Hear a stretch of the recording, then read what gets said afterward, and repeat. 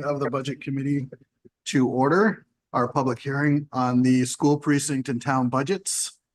And I think before I do anything, we have two members, Rich Houston and Debbie Norris, that have to participate remotely. So I think we need a motion to allow them to do so. So moved. Second. Rich is Any here. discussion? I think we could do a voice vote on this one. All in favor? Aye. Any opposed? Hearing none. Rich and Debbie, welcome. Thank Thank you. you. So I guess, why don't we do the pledge and then we'll commence with the meeting. And you wanna, it being right in front of you. I pledge allegiance to the flag of the United States of America and to the And the republic republic for which it stands, one nation, under God, indivisible, with liberty and justice for all. So Rob.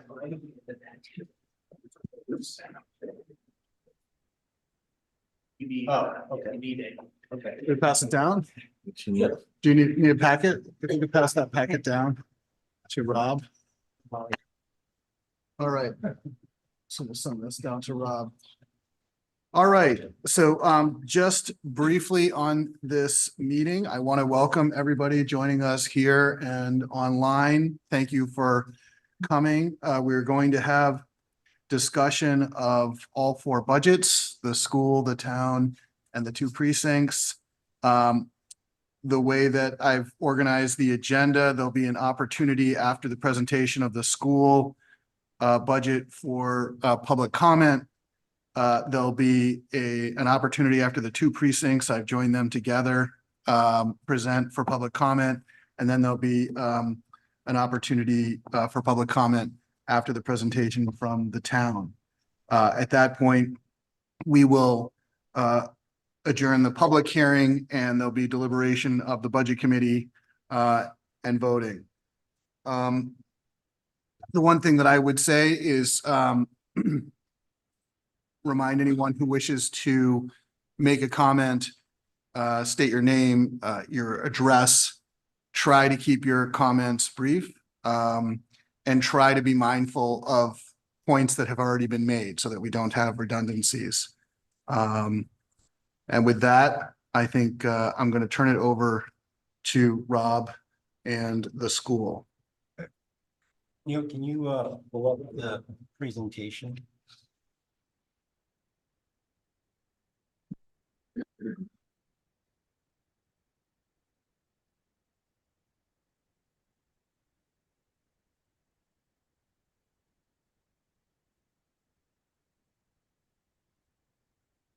So there's going to be one, for the budget committee, there's going to be one alteration in something that we had to do in regards to our CIP warrant article. So I'll get to that during the presentation. We had a little. Sure, thank you. We had a little bit of a hiccup with DRA on that, but we'll go through this. So many of you have seen this before, but some people in the room, I'm going to guess, have not. So we'll try to go at a pace that's not too quick, but also not too redundant. So this is, talking about our budget here and the timeline. The budget philosophy has been a series of things, line item budgets. We started back in October with all of the department heads and principals putting forward their budgets, and we went through those lines. So, Mike often talks about bottom line budgeting. It's not going back to zero-based budgeting, but it's some amalgamation of those things. Some of the key budget drivers you're going to see are going to be special ed. They're going to be salaries and benefits. Those are our key in healthcare being the benefit piece that drove much of the increase in this budget. There's information about enrollment in class size, and we'll talk about some of the department details and then the various impacts. One of the things going into this, I think almost as soon as we left school district meeting last year, it was in my mind and whenever I'm speaking here, I'm going to try and make sure that I clarify what I'm speaking as a board member and not for the board. So I'm speaking as a board member at this point. That going into next year's budget, that the goal on operating would or should be coming as close to flat as possible on operating lines. And I think we did a really good job of accomplishing that. And the things that were contractual and not within our ability to adjust, those are just the realities of the times in which we live. So here we go. Neil, let me out here. Gotta go that way. No. You want to just switch it for me? There we go. So again, we start way back in September with departments and buildings doing their work. And then in October, school board begins its work where all of the department heads and principals come and present. We narrowed that down to one budget session this time around. We did our initial presentation at a school board meeting in November. Then the school district tax rates get set in December. And then finally in January, we presented it to this board with our warrant articles as well.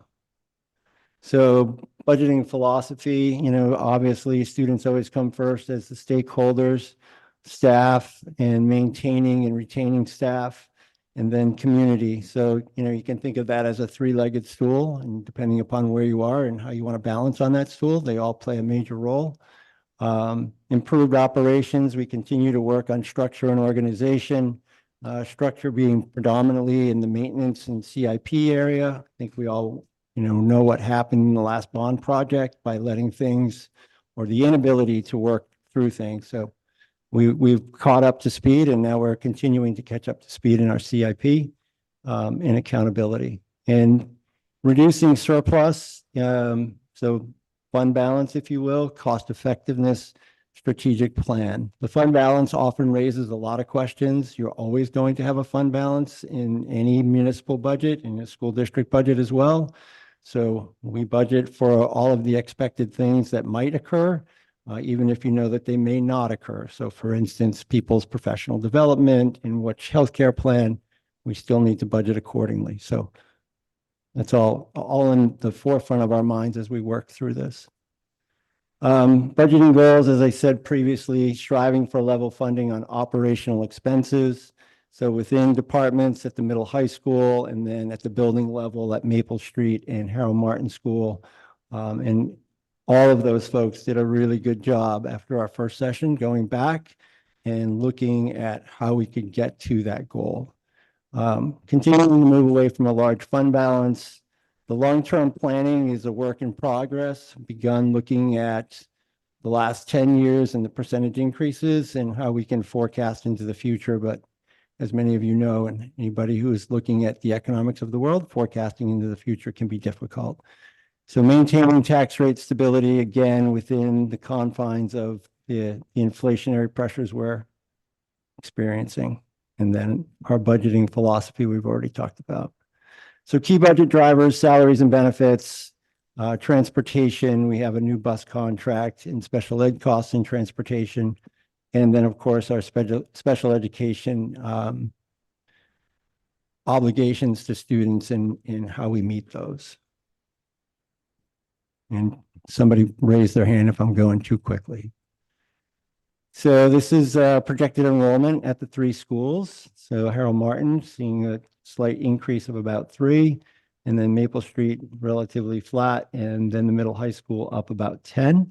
So looking at 963. Class sizes that are anticipated at the various grade levels, again, bringing you to that 963. We did institute or adopted a class size policy for the elementary schools, K through 5 last year. Beyond that, it becomes more of a program of studies, determines staffing levels. The overall budget, this is kind of like, instead of that long TikTok, we have to wait all the way to the end to find out what you want to know. It's going to be up front, and then we'll come back to it. So the proposed budget is $26,600,686. That's an increase of $1,707,762. So the percentage change is 6.86, and with a tax rate impact of $1.70. Salaries line is about 395,408. The big one that continues to bite us the last 2 years is the healthcare costs. So 720,401. I did do a little bit of looking back. There were some questions in some previous meetings about, particularly with our HEA contract, and how well we did at forecasting that. And we did pretty well. Year 3 of that HEA contract was supposed to be somewhere around $360,000. So at 395, and that includes all of the contracts. So that was pretty much on target for what we thought would happen in that last HEA contract. And the healthcare costs again. So just a little bit of explanation there as to why healthcare costs are so high. We have what I've come to realize is called a mod. It's basically how much usage do you have. And if we're spending $100 and using $100 worth of healthcare, that's, that's the sweet spot that insurance companies would like to see. We're at 140. So for every $100 we give them, we're spending 140. So that drives our costs significantly. And we've done some work in terms of looking at other options. School care is an option, and we'll continue to do that as we move forward. But we have a good health insurance plan, and people obviously need to use that plan. So it is the nature of the beast. Transportation budget changes. This does not include special education. So you see an increase of 116,862. Some of those things are regular ed, athletics, field trips. Our CRTC costs for transportation have risen.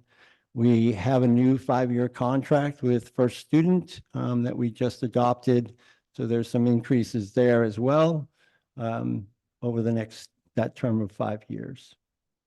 And that also, so just so people know, that First Student sort of works through their business, so that will also include new buses, but that's their decision in terms of how they rotate through things. It's not necessarily our decision. Special education budget changes, major increases, outplacements, private school tuition, 145,971. Contracted services, so that could be OT, PT, et cetera. And then transportation, 295,447. So that's, when we have an outplacement and it might be to the southern part of the state or the seacoast, that transportation cost could be as high as $80,000. And again, that's something that we're obligated to do for those students. So the overall special ed increase, 522,833. Facilities, this one, I think that all of us perhaps would have liked to have put more money into this maintenance line so that we can keep up.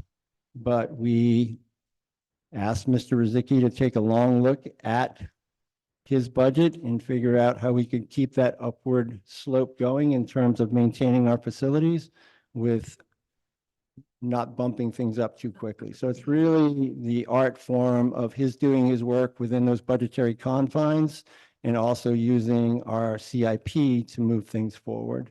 So 34,486 in that line. Technology budget, just about, well, a little below flat. The Harold Martin School, and this is a great story. So mea culpa, teachers are like squirrels. We like to hold on to things. I think I had a lot of expo markers in my drawer when I was teaching, but the the folks at Harold Martin School went down and gathered up all the supplies in the building and figured out they had a lot of things and maybe didn't have to buy as much of other things. So kudos to them. So difference there. Then the other part of this, why is they're so significant? A lot of the materials for the reading programs and the math programs got moved over to the curriculum and assessment line in the budget. So they're no longer in Harold Martin School, Maple Street School, they're in that curriculum and assessment. So you'll see an increase there a little bit later. It's not all just pencils and markers that we saved $19,000. Maple Street School, similar story.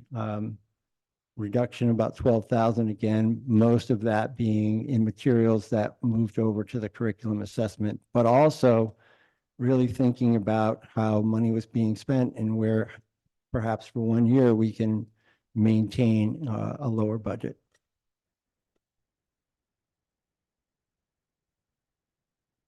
Middle high school, 33,390. So that's the SAP program that we've had for a number of years. Whether you know or not, the middle school has adopted a true middle school model. So now those kids are seeing their teachers not only throughout the day, but at the end of the day for a middle school program. So because of the nature of that, we felt that it was a good time to remove that SAP program. There's a middle school counselor that's in place that wasn't always there in the last 4 or 5 years. So we think we're in a good spot.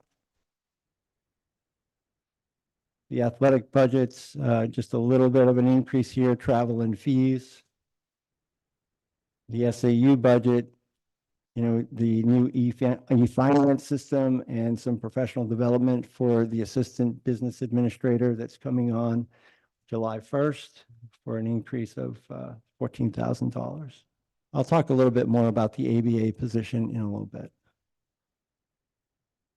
Or maybe now.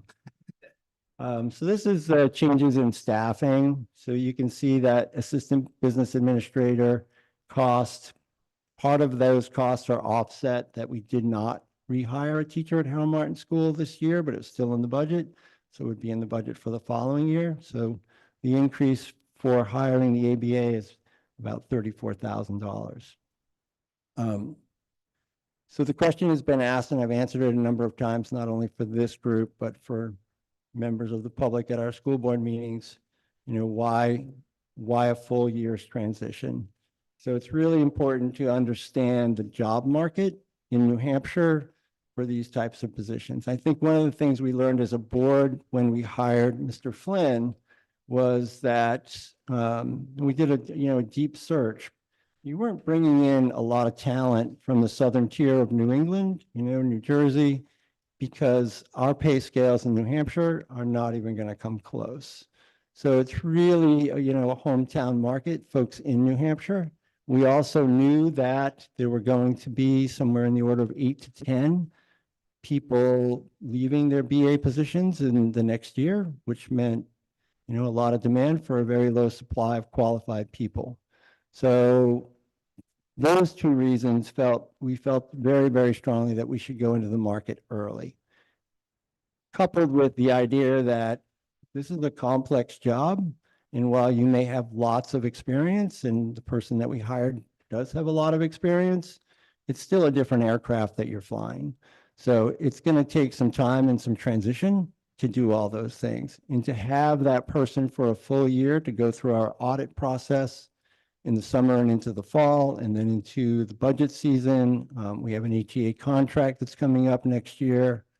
And then again, wrapping up the year, moving into the final audit. So to have an ABA working with our current business administrator for a full year, we felt put the school district in the best financial foundation for the future. Some folks disagree with that, and I can understand it, but that was our rationale, and we think it was a very sound one. So moving here, we have a reduction at Maple Street School of 1 teacher. And again, that's a function of that class size policy. Increases, so this is something that, if you were paying attention during COVID, we brought on some new staff or created full-time employees with some of the ESSER money that we had. And we have gradually been melding that back into our budget. This is the final phase of that. So we have a wellness teacher. It was point one, I think, I'm not sure.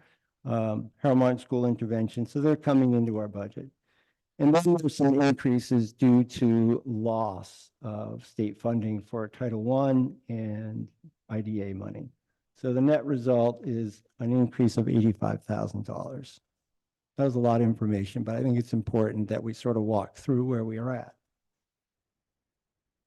Total FTEs have not changed. I think we're up 0.45. And there it is. So last year, full-time equivalents, the total number of people we employ. Sorry about this microphone. Back it this way. Okay. All right. Thank you. Can you still hear me all right? Okay. So last year we were at 196.45. This year we're at 197. So about a half a position. This page really, for me, for those of you who've gotten comfortable with the snapshot, which will be coming, but I also vowed to myself that I wasn't going to do it until after this meeting because things are in flux and I just end up having to do it over. But this really sort of tells the tale of the changes. So what you see in the left-hand column at the top of the various departments and their budgets, what it looked like in what we would call round one. So the first time we met, and then I don't know if you can make it so they can see that up there, Neil. That you are screen shaving is locked. Whoop. There we go. So then round two, essentially when you look, we asked Mr. Flynn and his teams to find $800,000 to $1 million after round one. And in round two, they came back and they did a really good job of reducing that increase. I think it was somewhere in the order of $900,000. So the overall, again, we're at 1,707,761 for 7.27%. But if you look in the yellow, you can clearly see 2.23% of that is special education, 1.68% is salaries, again, contractual obligations that have been voted on at school district meetings over the years, in recent years, and then the healthcare uptick of 2.66. So when you put that all together, our increase on everything else is less than 1%. So when I think back to the goal in my head and then what became Mr. Flynn's goal of flat operational budgets, again, I think we did a really good job of meeting that expectation. And not working anymore, Neil. Right. There we go. Okay, use of revenue. So this is where I have to tell a different story. So, we always talk about how we're going to use revenue from our own funds to offset tax increases. So we have Article 10, which is an established trust a number of years ago that allows us to set aside fund balance for emergency purposes, but predominantly for the reduction of taxes. So we will draw $400,000 from Article 10. It currently has in it $767,000 off the top of my head, but I can look to my notes to give you the specific number. We also plan to draw $150,000 from our fund balance, which at the time that we first put this together in December was at about $650,000. And the hiccup came, we were going to draw $200,000 from our benefits trust. So if you remember back a few years ago, I'm coming back here, we got a lot of money back from health trusts during COVID because nobody was going to the doctors. So that mod was really low, so they gave us money. And it was somewhere in the order of $200,000. We created a trust, we set it aside, we didn't spend it on other things for a time and place when we might need more revenue for healthcare. Well, the time and place is now. So we were going to draw, and there's $207,000 in that account. We were going to draw $200,000 from the benefits trust. We sent that warrant to the Department of Revenue Administration, and they said, that's all well and good, but you can't do it the way you want to do it. So because we would be drawing it and putting it directly into our budget as revenue, that's not okay. This particular trust and most trusts, if it's set up for that, it has to be spent specifically on those items. So if it's in a vehicle trust, you can't put the money in revenue and then go buy a truck. You have to go buy a truck. So we have to go buy healthcare with this money. So after consulting with our legal counsel and the finance committee and Mike and Michelle and the leadership teams putting their heads together, the decision was that we would draw the 200,000 this year and spend it on healthcare this year. There'll be a public hearing for this in a couple of weeks. I think it's February 20th or so. That's going to mean that our fund balance will rise by $200,000. So we're going to take this money, spend it this year. Our fund balance will rise because we're not going to be spending currently budgeted money. And then we will just simply, instead of it just being 150 from fund balance, it'll be 350. I left it up there as benefit trust / fund balance because it's sort of a wonky thing. And I was hoping that that might clear the air because we had presented it previously as coming from the trust. So is the budget committee good with what we're doing? Okay. So there's the overall budget proposal of, again, 26,600,686, 6.86% increase and a tax rate impact of $1.70. And I think that brings us to the end of this. Great. Thank you, Rob. You're welcome. So at this point, I would open it up to the public for questions and comments on the school budget presentation. And if you're online and you have a question, you could just raise your hand.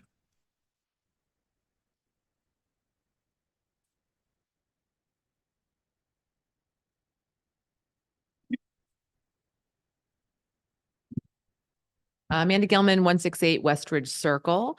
Wondering the HEA contract, where can I get a copy of that? It is on the school district website Under the school under board? the school board, and then one of the tabs will bring you to that. Thank you. I current- just tried to locate it and I couldn't, so I'll try again. And off the top of your head, what is the healthcare cost, the cost share for healthcare in that contract? So You know, depending upon when you were hired, it's either 93.7 or 90.10. So in other words, the school that's district. the HEA? Yes. I thought all HEA, and I could be totally mistaken, was 10% in the last, So was new- 90-10. So new hires is 10%. Okay, And then people that were in the previous contract, and I'll double check this, but Legacy. it was tiered down. So they were okay, going. so it didn't change. It's still, No, it's moving in that direction of 10%. could you explain how it's moving in that direction? So another year, words for each year in the contract, the percentage paid by grandfathered, for lack of a better word, increased. Okay. And the goal is 10% across the board? So I'll tell you what's in the current contract. I can't tell you what the goal is because we have a contract negotiation that's going to come up next year. And when you negotiate in good faith, you don't talk about what your expectations are ahead of time. That's not So, negotiating but good you have faith. HES coming, you have HEA coming up next year? Or HA next year, HES is a warrant article this So year, HES is the one that's on, pardon me, the HES is the one that I'm interested in, is the one that is, 90-10. and that's 90-10 across the board. Correct. The HEA is the teachers, and that's, okay, so the HES did not change, that's 90-10. Correct. Okay, I Sorry. misspoke in what is, no, I think I misspoke. I get the two confused. You may have so mislistened, but Thank you very much. we gotcha.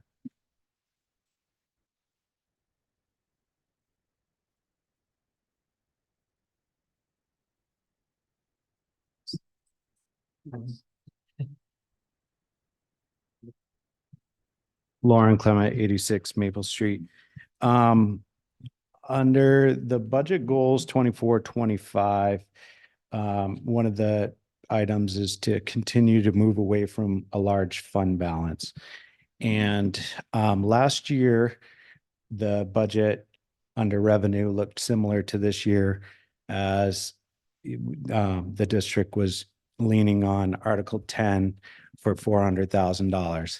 And then at year end, that 400,000 was never removed because it was going to get placed back there. So to me, it appears that as you are reducing or setting, you've got a goal set to reduce a large fund balance, you're now leaning on Article 10 and borrowing against it, but then putting it back. To me, it's the same thing. So I wanted to make that note. And I don't know if that's a 1 year only happening or if that's historically happened, but it did happen. Secondly, last year, $198,000 was returned to the taxpayers. So therefore that was not spent, and our operating budget did not come down that $198,000. So truly, this year's increase is not a $1,707,000 increase. We can add another 198,000 to that. Can I clarify that? Because I think you're incorrect. We received an additional $198,000 from the state of New Hampshire after they reset the amount of money that was going to schools. So under the new formulas, the amount of revenue that we received went up. Your tax rate went down this year as a result of that. So it's not that we have more money in our budget. The tax rate was reduced by 26 cents as a result of that money coming in from the state Additional revenue. this year. Okay. Thank you for that clarification. Just want to talk about the fund balance once again and sort of what's the goal in terms of how high should it be? How do we manage it?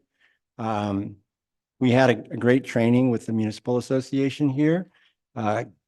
Woman Catherine Heck, who's been doing this for a long time. And I asked her the question about what is a reasonable amount or expectation? What should you have in fund balance at the end of the year if you're doing your due diligence? And her response was a minimum of 2% of your budget. So to make sure that, we don't get ourselves in a situation, because unlike certain government organizations, we don't get to deficit spend. We have to make sure we have enough money to get to the end of the year. That's the safety amount. But safety amount makes it sound like there's a cushion. Again, we budget for professional development. We budget for a certain amount of transportation for athletics. If our teams go to a lot of championships, we spend more money. If they go to less championships, we spend less money. But we still have to budget for all of those things. So I think to the, what I'm going to put my hat on, not the school board's hat. We continue to have this conversation, but it's not necessarily our policy. If we were to have an annual fund balance of $700,000, let's just say that, and we were going to be using $400,000 from Article 10, then yes, it would be my hope that we would take $400,000 out of that end of year fund balance and put it into Article 10. And maybe $300,000 goes into CIP. When it's stable and we know how we can use those resources, then it's going to help us budget in the future. So those are all sort of important things. And, school districts are kind of funky because you don't know what tomorrow brings in terms of your costs, particularly when we talk about the possibilities of special education, who moves in, who moves out, et cetera. So that's part of, I think this idea that the fund balance being the same as using Article 10, when it's predictable, it's a very different situation. And that's my goal as a board member. And it's something that we will continue to discuss as a board and through the finance committee. So I hope that's gets you where you need to be. Thank you.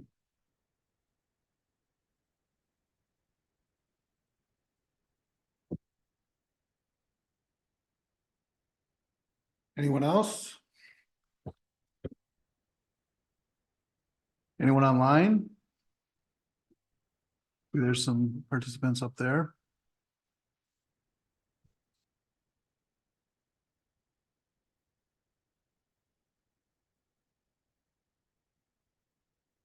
Okay.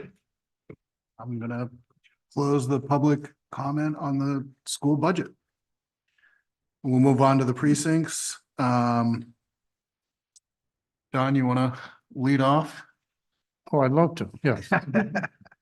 This mic is on, I gather. Yes. Uh, as the, far as I Ken- know. the Kentucky precinct had a change in system operation this year. Sam Courier, who was our superintendent for a couple of years, decided he would go and get a position with the State Waterworks Association. So effective the beginning of this year, we hired and contracted with Pennachuck Water Service Company to operate the precinct water system. You have to have licensed people to do that, and they are licensed, and they have many operations throughout the state. The precinct commissioners chose to contract for 3 years with this established water system company, basically because of the excellent reputation, and also that we had very few responses to our advertisement to hire a single person again to do the job. In addition to Pennachuck's anticipated recommendations and upgrades to our system, the precinct is involved with 3 ongoing studies.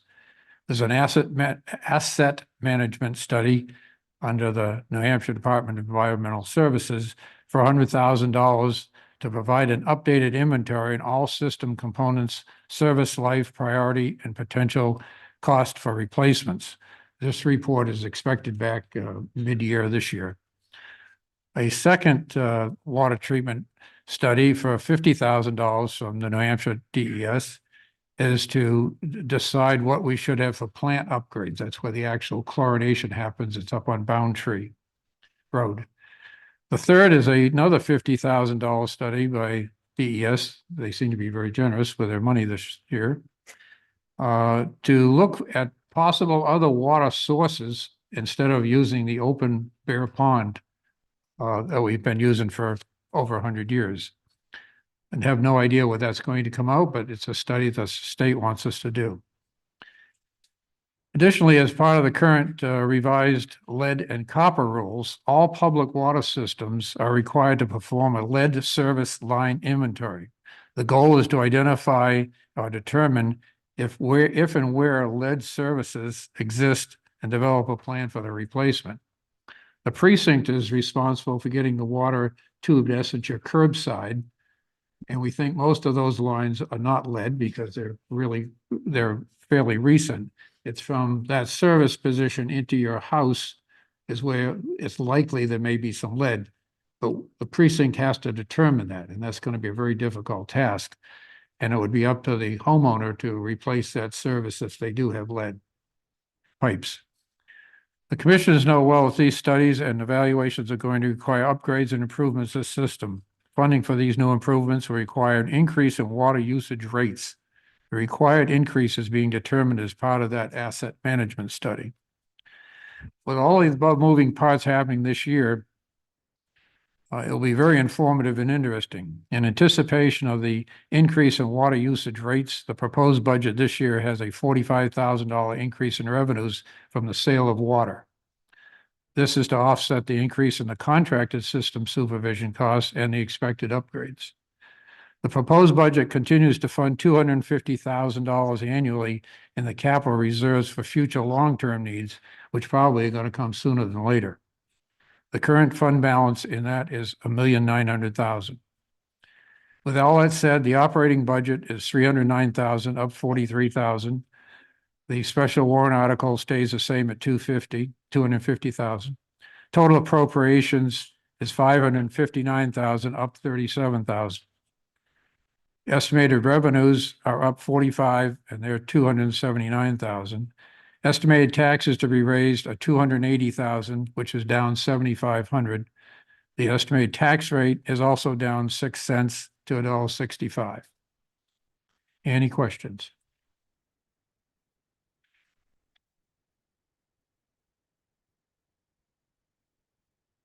So I was combining the two, but I think it's, so if anybody has any questions on the Kentucky, despite what my agenda says. Otherwise, we'll go on to the Hopkinton precinct. Thank you.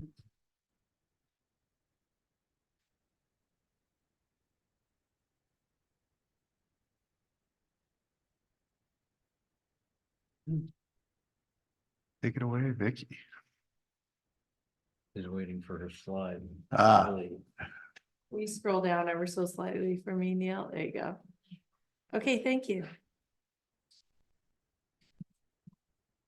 Hello. I'm here to represent the Hopkinton Village Precinct and the Hopkinton Village Water Board. I'll be speaking to our budget for 2024. I'd like everyone to note that our annual meeting is Thursday, March 28th, a week after town meeting here at 7:30. If anybody wants to come. To help you understand the goals of the village precinct, I'd like to share with you this vision statement that I lifted from the Hopkinton Village Master Plan document circa 2003. The residents of the village enjoy the benefits of a traditional New Hampshire village neighborhood with historic homes, churches, public buildings, a local elementary school, and businesses. The village enjoys undeveloped land and clean water. The village's boards, recognizing the interests of the region and the state as well as the village, should focus on retention of the primarily residential nature of the village, preservation of the village's historic architectural heritage, expansion of the village's walkability, and protection of its open spaces, aquifer, and natural environment. So that's a good description of what everyone tries to keep in mind when we have our meetings and make decisions about how to spend our modest budget. This master plan PDF can be found on the Village Precinct's website. And thanks for the people who took the time to make that a long time ago. So the Hopkinton Water Board meets the third Monday of every month here at 6:30, and the precinct commissioners meet the third Thursday of every month here at 7:30, because they're welcome to join us. The precinct's operating budget is increasing by $1,793 for 2024. Specifically regarding, the increases that are salient are for QuickBooks, for the reinstatement of an electricity meter at the old fire station, and for the general building fund to potentially repair the roof of the old fire station.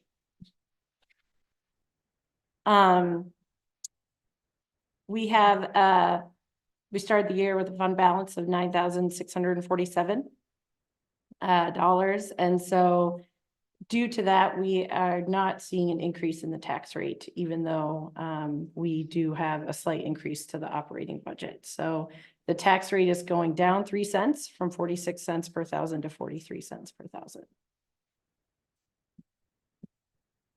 All right, thank you, Vicky. Any questions, comments on either of the precincts' budgets?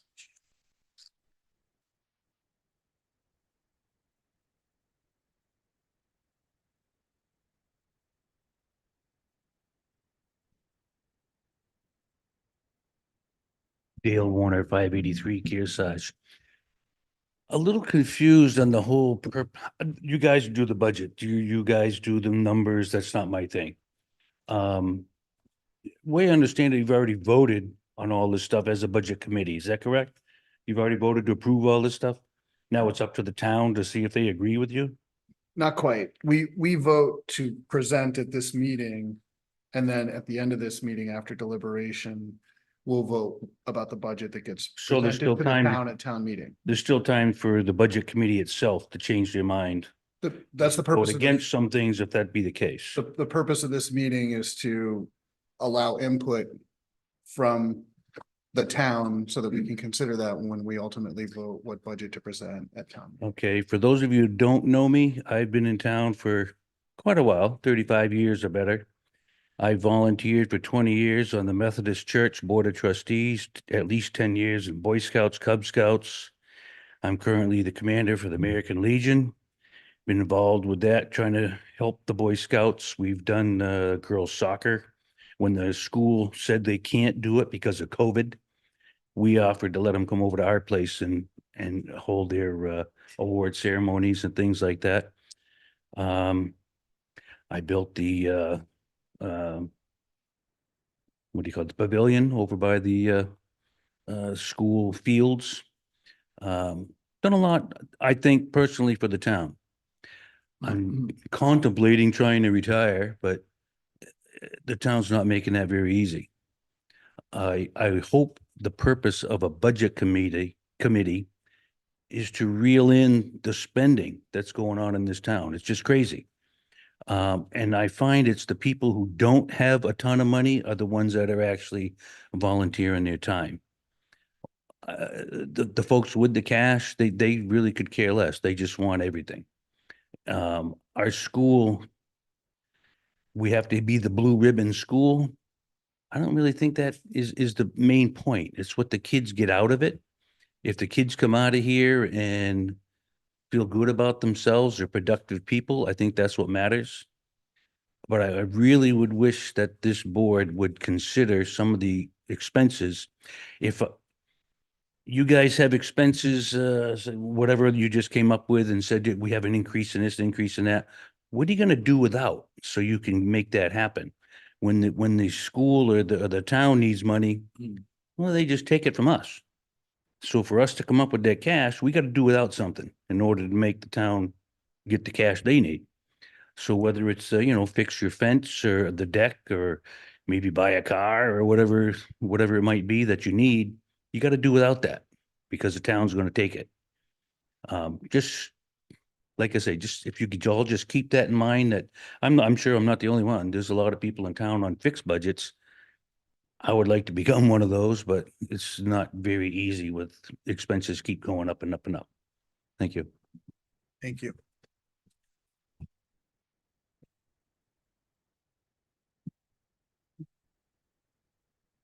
Anyone else? Before we move on to the town budget.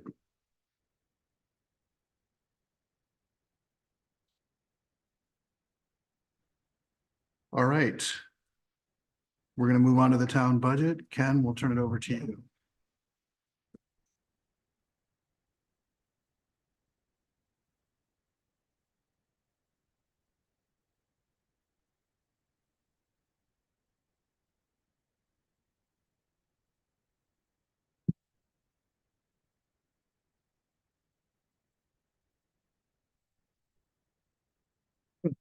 I want to thank everyone who's come to this meeting in person and remotely. It's important that you understand what we, the town, school, and precincts are proposing for 2024 and why. The Budget Committee will decide at the end of this meeting, as Jonathan has just said, the operating budget amounts, and in this case, for the town meeting warrant. Let me start by thanking those involved in the town's budget process. Our department heads, Finance Director Kelly Henley, Town Administrator Neil Cass, and the many committee members, including the Budget Committee, my fellow Select Board members, and the many wonderful paid staff, as well as the many volunteers in town for everyone's hard work and dedication in helping develop this budget and helping the town to run as smoothly as it does.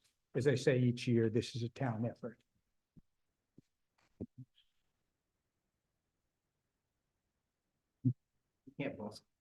Oh, you want, I'll hand it over to you. Just said it. Okay. I'll remind you. I'll remind you that a budget is a plan for spending. The budget being presented tonight is a spending plan for next year. But it really is part of a larger plan, which includes what has happened already and what is planned to happen in the future. This past year, several projects that are part of the bigger plan have successfully moved forward. The Houston barn was raised off its foundation and a new foundation was installed, thus stabilizing the structure for years to come. A new roof was also installed. The big paving project for 2023 was Farrington Corner Road, where culverts were replaced and the road was paved. This preserves rebuilding work that has been done previously and provides an excellent wear surface. Riverside Park, improvements were made at Riverway Park, adding more parking and making a better irrigated community space, which is being used more and more often. And I know I've seen a number of you there for different events. Renovations to the town hall continue to be done by town staff to improve the usability of the building for both the public and staff. The roof on the addition of town hall was also replaced. A new roof was put on the police station. The select board is presenting the 2024 portion of the big plan with the goal of at least maintaining the current level of service, doing it more efficiently, maintaining our well-qualified staff, and meeting our substantial capital needs in a way that doesn't unduly burden taxpayers in the future. The 2024 budget, the plan continues to support the larger plan by supporting the town's capital needs, as well as including items that either provide better service or more efficient service to residents and businesses in town. In this respect, I'd like to point out several items, starting with those in the operating budget. The first payment of the road bond approved this past year at town meeting adds just over $275,000. Due to timing with contractors, the bond funds will be used in 2024, starting this spring, to do the work on Briar Hill Road. There's also an increase of $26,500 or 5% in road maintenance, shimming and paving line to continue to preserve roads that don't have to be rebuilt.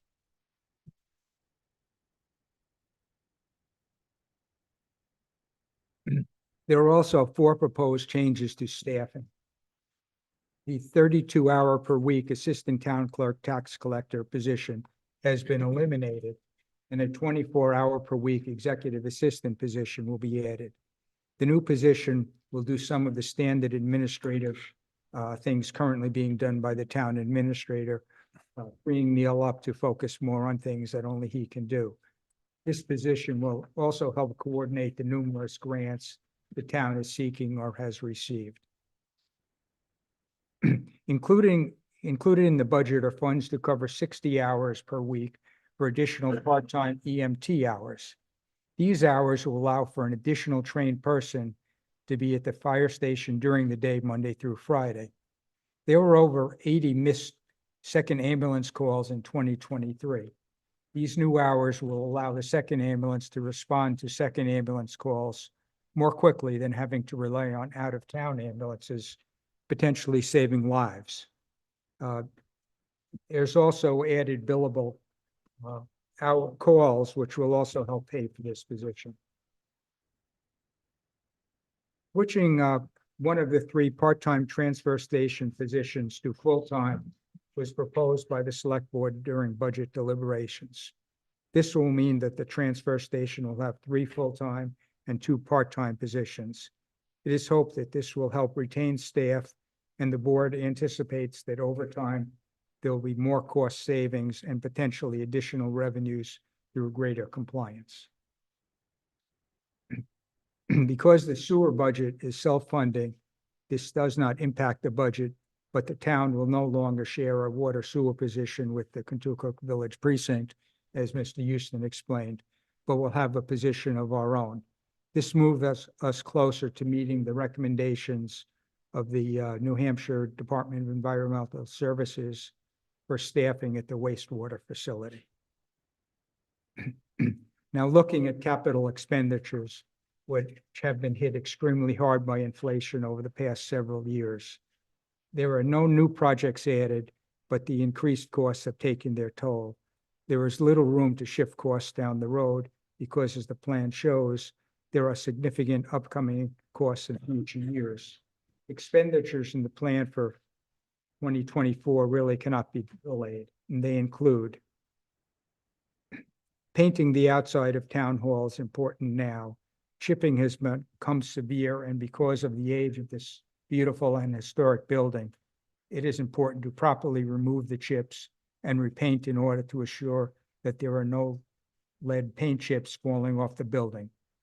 Future major renovations are not funded in 2024. 2024 is also a reevaluation of property year as required by the New Hampshire Department of Administration.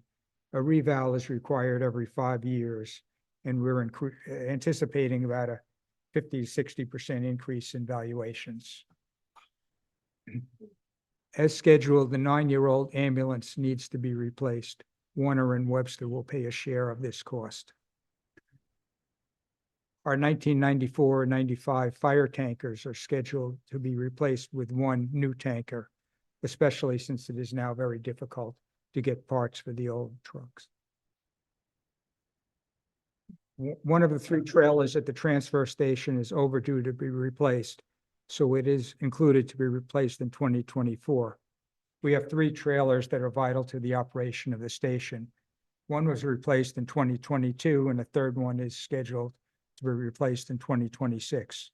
In all instances, Webster shares the cost. As I'm sure you know, especially those of you here from the school district, the bathrooms at George Park are in bad shape, and the project to replace them has been put off several times. They are scheduled for replacement in this budget. In 2024, a solar array will be installed at the wastewater treatment plant, the cost of which is to be covered by a grant of $250,000 and $90,000 in tax credit. This will save substantial operating costs in the future by providing about 90% of the electricity we've had to purchase. It's worth noting that the lagoon cleanup at the transfer station and the sludge removal at the wastewater treatment facility are scheduled to be done in 2025. And since the cost will be in millions, the expectation is a bond will be required. Currently, engineering continues on both projects.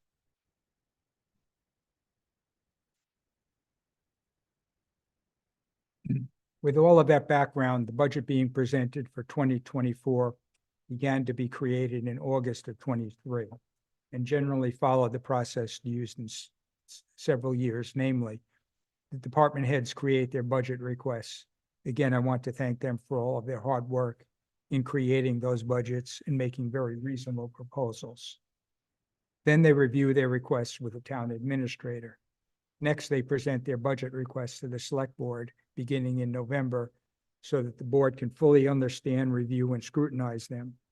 The Webster Select Board was involved when the transfer station was discussed. Then the board continued the hard work of trying to balance the needs for affordability, which we're all concerned about, the needs of the town with the affordability to our taxpayers.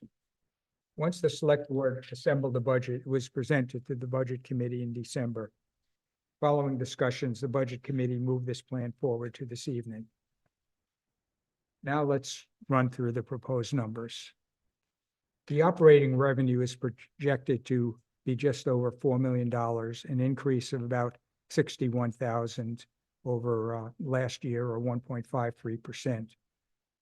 The major changes are ambulance revenue up 57,000, largely due to covering more calls, as I previously explained. Transfer station revenue up 90,000, mainly due to increased fees. Checking account interest up 53,000 due to higher interest rates. And here a special thank you to our finance director, Kelly Henley, and treasurer, Joel Moyer, for researching and obtaining the higher rate. Flood control payment from the state up 20,750 to match the actual payment in 2023. $20,000 to be added to reflect a lease option payment from the solar company working to obtain approval for the proposed solar array at the transfer station. A decrease of 162,000 in room and meals funds received from the state. This amount is higher than what was received up until 2021, but less than the 2 prior years when the state had added additional funds. Sewer revenues are down because we're no longer receiving reimbursement for half the staff position from the precinct, as noted previously. The operating budget being proposed is $9,746,744, including sewer costs, and is 6.2% or 568,000 higher than the 2023 budget. The major drivers for the operating expense are an added 275,000 for the first year of the payment of the 2023 road bond which had been overwhelmingly approved at the 2023 town meeting. Fortunately, the final payment on the highway garage bond was made in 2023. They're saving us $53,000 in annual expense. Recognizing that the town is not unionized, we're including a 4% merit pool for our very deserving town employees at a total cost of $122,000. In this market, we have to stay competitive. An additional $96,000 for health insurance. The estimated maximum increase in cost for insurance is $19,000, but due to changes in our staff, the increase in the budget is 11%. And our town administrator and finance continue to look at ways to reduce costs going forward. A decrease of $26,000 in full-time police officers due to replacing the lieutenant position with a patrol officer. And I'd like to thank Chief Hennessy for suggesting this change. An increase of $54,000 in additional ambulance wages, as previously discussed. A decrease of $15,000 in fire department part-time call wages, reflecting previous year actuals. An increase of $65,000 in DPW wages to reflect that we are currently fully staffed, and similarly, part-time wages are correspondingly dropping by $19,000. Road maintenance, shimming, and paving is increased by 5% or $26,500, consistent with a 5% increase in prior years. A decrease of $27,000 in fuel and saw cost. Staff change at the transfer station, as I previously discussed, at $43,000. Transfer station disposal costs are up $15,000, and this is offset by added revenue due to the increase in tipping fees. Staff change at the town hall, as previously noted, at $8,000. Lagoon cleanup engineering costs are down $90,000. Remaining funds budgeted in 2023 have been encumbered and will be added to the $60,000 being requested. Following our long-established 20-year expenditure plan, the total amount proposed for these funds for 2024 is $1,133,000, an increase of $271,000 over last year. With the exception of the $100,000 proposed for the Road and Bridge Capital Reserve Fund, the increase is inflation-driven. The major drivers causing the increase are fire vehicle replacement, increased $125,000. Price increases for fire apparatus have increased dramatically more than other items, which have, as you know, increased significantly. The amount proposed for the Road and Bridge CRF is to help maintain roads as they are repaired, because maintenance is substantially less expensive than rebuilding. As you remember from last year, we have almost $20 million in road rebuilding projects.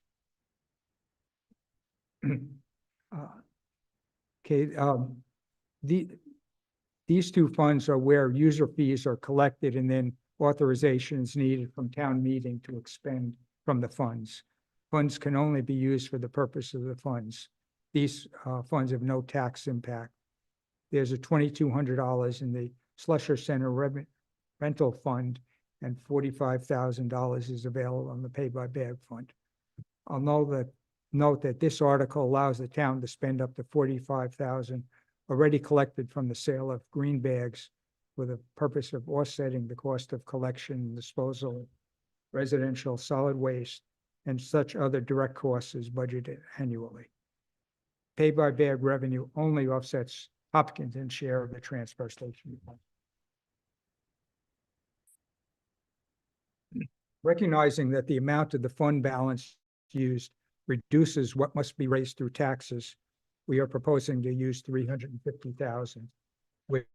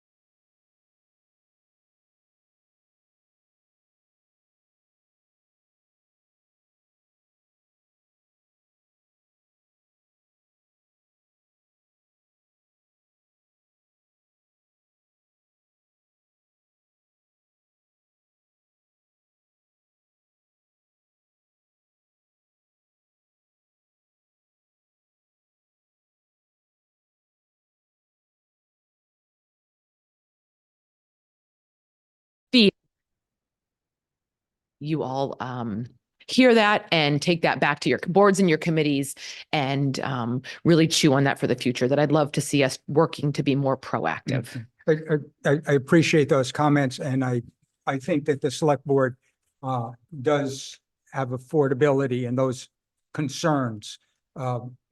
Unfortunately, for years in the past, in order to keep the percentage increase in the tax rate down, the select board opted not to spend as much as they should have on roads. And that's what has put us behind. And you know, we're trying to balance all the needs. Thank you. Thank you. Gilmore, 1378 South Road. With the changes in staffing at the transfer station, are you anticipating that there will be that this will help with the increase in the use of the green bags? I can tell you when I go there, and I very infrequently have a 13-gallon green bag to dispose of. I have one about once every 2 months because of the way I handle waste. I throw it into a sea of every other color bag. There are no green bags being used. So how do you anticipate $45,000 from the pay by bag situation? The 45,000 has already been collected. What's that? The 45,000 has already been collected. It has been collected? It's in 2023 and a small balance carried forward from prior years. Really? I'm astonished at that But because I agree with you that when I go to the transfer station and use green bags, I'm in the distinct minority. And I think that an additional full-time person will help with compliance. Not sure, I think it's more up to the transfer station, Jolene, to look at how compliance is done, whether it's, one thing I understand is that we sell metal. we do what? When people drop off for recycling metal, we make revenues off of that. But We yet didn't there make are a ton people that this come year. and take it away. We didn't make a ton this year. And part of the problem is people come and they take it away and then they sell it. Uh-huh. So if we have more compliance, protecting, that we don't know how much, but that may be, additional revenue. Good. But you're telling me that in 2023, you collected $45,000? No. Oh, okay. From the sale of the bags? Really? $36,623.07. Really? I'm amazed at that. Yeah. I'm amazed. Okay, thank you. Thank you.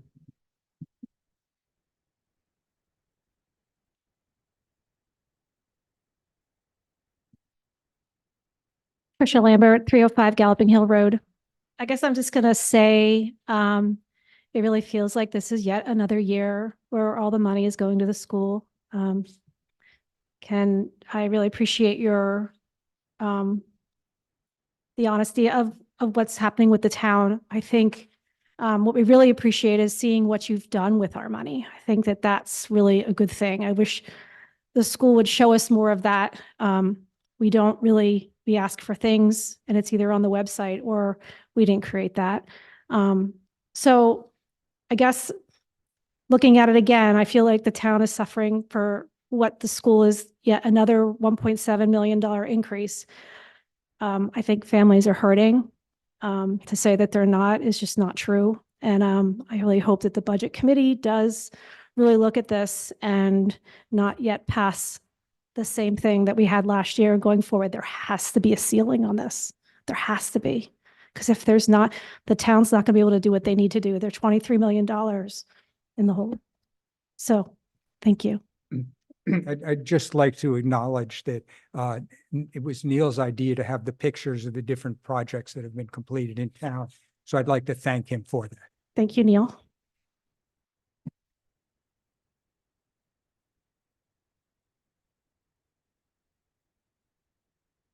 Lauren Clement, 86 Maple Street. I guess to continue on what Tricia said, these numbers are pretty staggering. And we haven't even included any of the warrants that are also coming forth. So there's that. I guess I had a question, and I don't know if this can go to overall all the budgets that were discussed. Ken brought up that there was some grant money for solar panels coming up. And Don mentioned in the Kentucky precinct that there was some grant money coming in to do some studies. I was wondering overall if the school or the Hopkinton precinct, or there was any additional grant money that we can actually look forward to, or at least an opportunity to look forward to, that may be coming forth, because that's always helpful. Thank you. I would just say that the town is always on the lookout for ways that we can get funding from other sources than property payers. Let me also just say, Rob, before you go, we still do have to talk about the warrants for the school. So after this, we'll have a discussion or a presentation of the warrants. And so people will have the ability to make comments on that. My name's Tom Blamey, 124 Bassett Mill. I wanted some clarification on the last slide on the budget.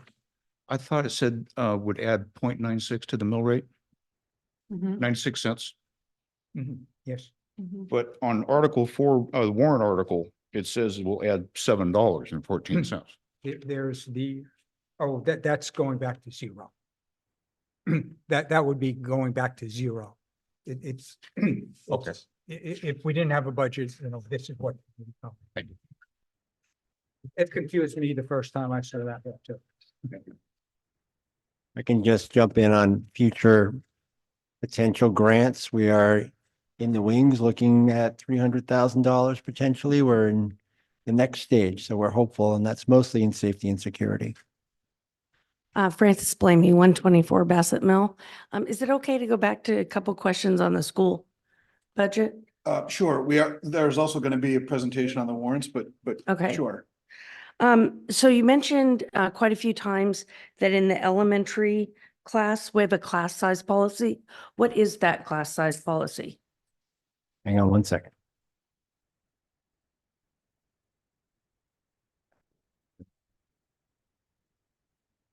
Put it in here. Now I just gotta find it. Oh, it might be this way.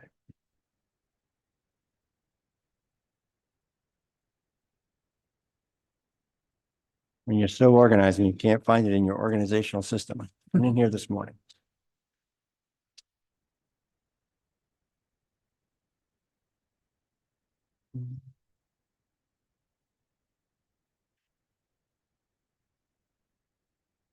I'm going to defer to Mr. Flynn, if you can recollect class size policy for me, because I can't find it in my notes.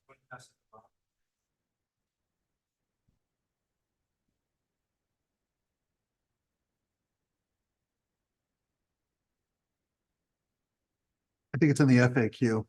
Yeah, it is in the FAQ. So kindergarten, not more than 18 students. Grades 1 through 3, not more than 21 students. In grades 4 and 5, not more than 23 students. Okay. And you mentioned quite a few times that the middle school and high school have a different program. Correct. And so, but when I looked at the website and everything, and I did the math and looked at the student to teacher ratio, it came out to like 14-1. And then if you added the instructional aides, it came out to 10-1. And that just seems really low if your elementary school students are at 18 and 21 and 23. So I would ask if maybe when you're looking at opportunities to save, on the budget, that you look at, if there's attrition or things like that, are there opportunities there that we have to maybe bump those ratios up a little bit so that, we can satisfy the teaching goals and also the, the goals of the community to not drown under the taxes. Let me clarify your math, and how program of studies versus looking at it as a teacher-student ratio doesn't really work. So in the middle school, kids take, science, math, et cetera. And those classes run as well as all of the core extracurricular courses. In the high school, it's really a matter of what courses do we need to offer to students so they can have full schedules and meet the requirements of NEASC, et cetera. In my experience in 22 years of teaching there, my average class size was anywhere from 18 to 25. That would be more the norm. But because of the oddities of maybe a class of 60 instead of a class of 80, yeah, you could occasionally have a class of 12. But the way the system is now, classes run so that each student has the opportunity to take the same courses, whether or not you're in a class with 90, which would drive up your student-teacher ratios, or whether your son or daughter happens to be in a class of 60, which would drive down those student-teacher ratios. So you have to think about it from what courses are we offering to best meet the needs of our students so they can go on to do what they want to do and also meet our NEAS requirements. Okay, thank you. You're welcome. And this one, it really doesn't have to do with the budget, but I just, since you're here, what is a nighttime supervisor? I think that's probably the custodial staff. Got it. Thank you. You're welcome. I see Julie LeBeau has a hand raised. Hi, Julie LeBeau, 203 Crowell Road. I am digressing. I got in late because I was working, but digressing a little back to the school's budget. First of all, thank you guys for all the time that you're spending. We do appreciate it and know it's a sacrifice. But I do want to point out that in the past 3 years, the taxes have increased by 19%. And so for most houses, most households, that is equivalent of a mortgage payment every month. My personal opinion is that the school has not been a great steward of our money. And I really don't feel that they need any more money. I'd like for the town to get a little bit more of that. And I think it's time for them to start living within their means like everybody else has to.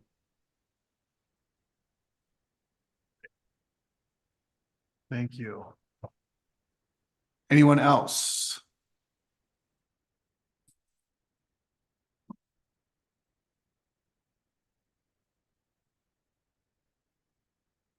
All right, well, why don't we, why don't you do the presentation on the warrants and then we'll open it up for one last round of Sure. questions. Sorry about that. Neil, can you get the warrants up?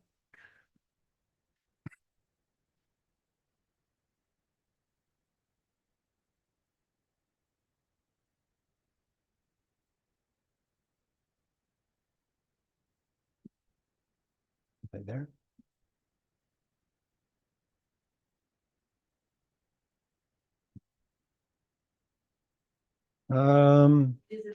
It's in the budget bulletin. there was a separate warrant.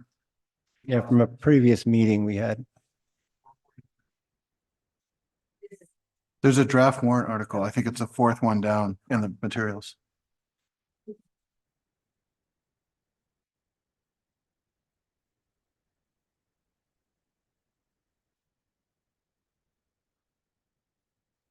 That's page 31. Right here. Next one. There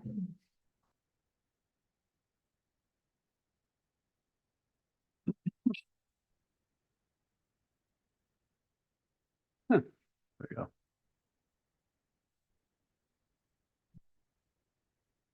So Article 3 is our HES contract. That is our paraprofessionals, instructional assistants, kitchen staff.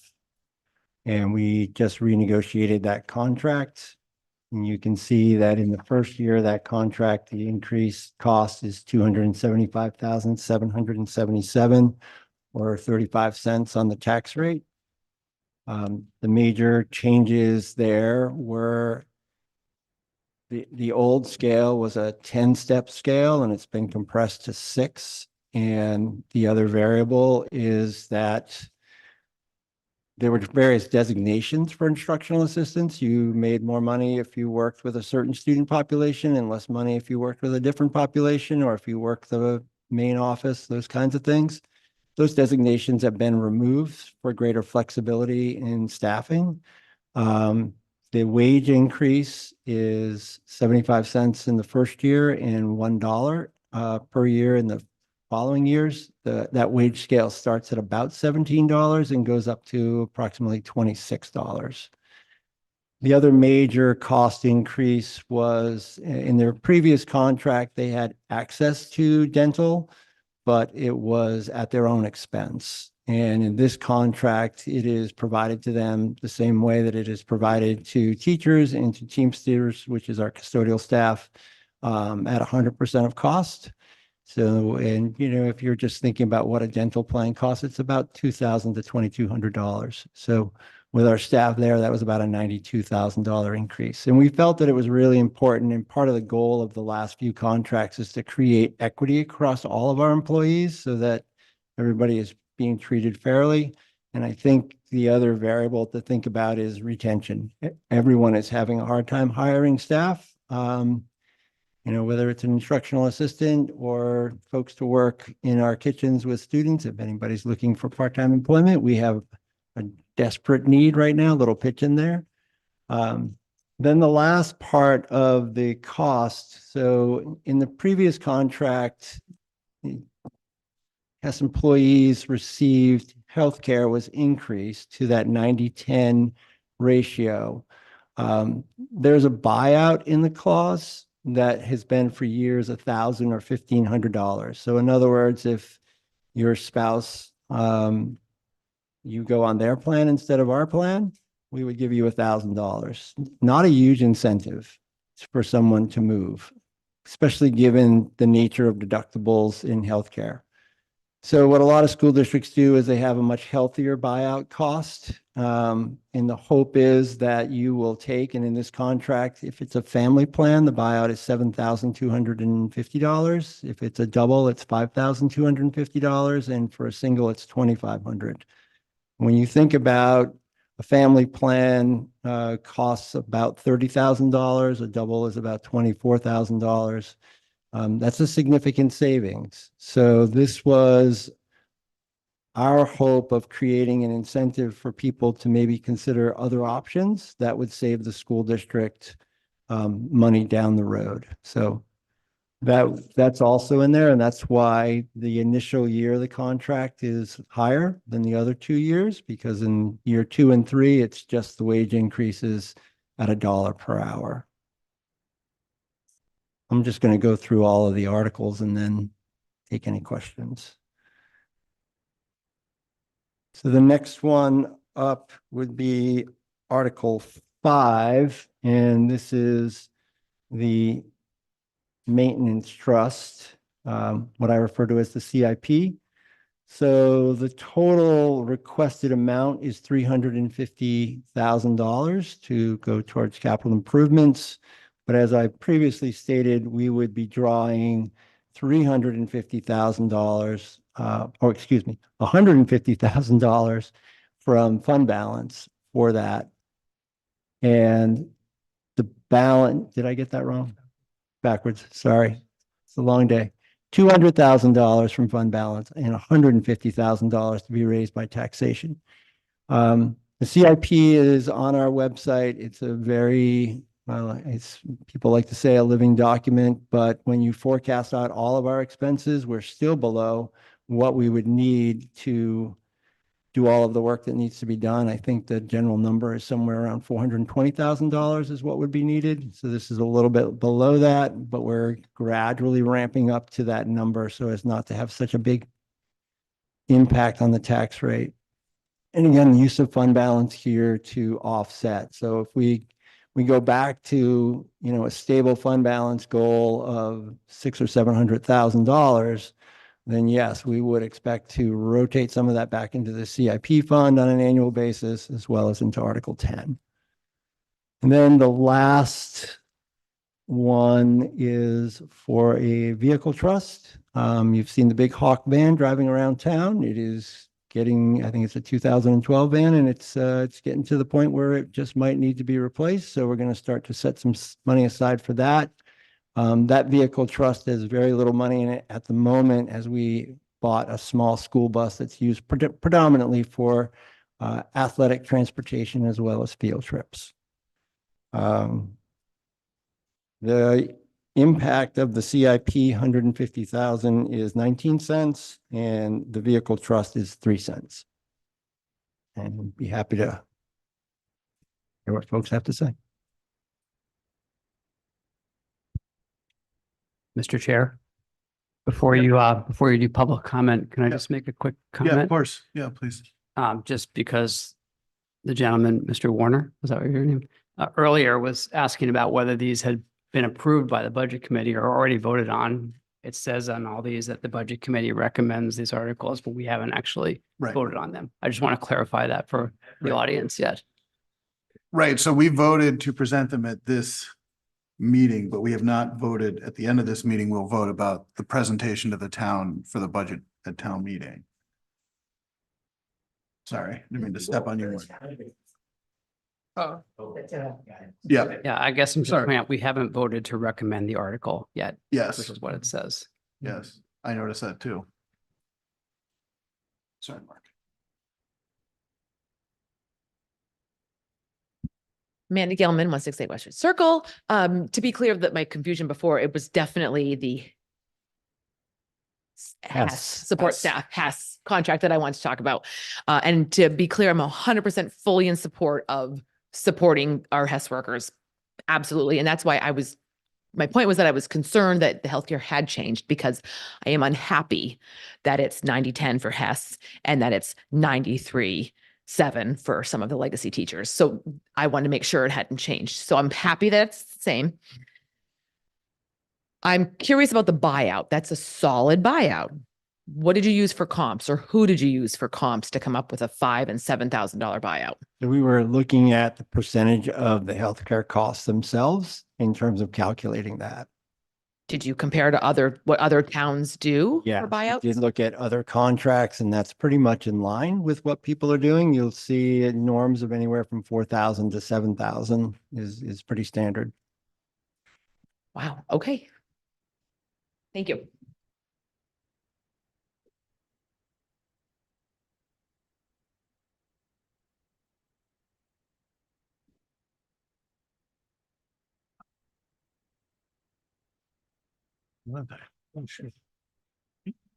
Lauren Clement, 86 Maple Street. On the CIP warrant, you said that is 19 cents.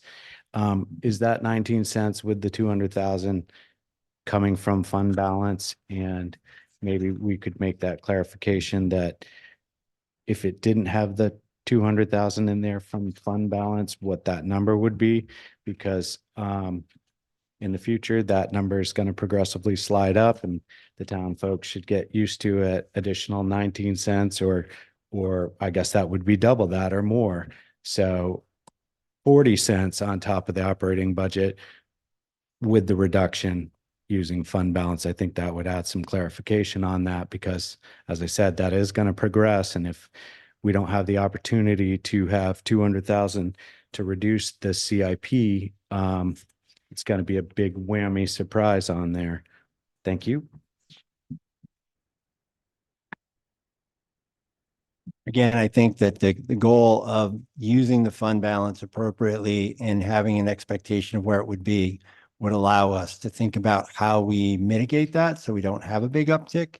$350,000 in quick math in my head is about 47 cents, 46 cents. So you're right on the mark there. But again, that's part of why we're looking at how we use fund balance and what the expectations might be on an annual basis.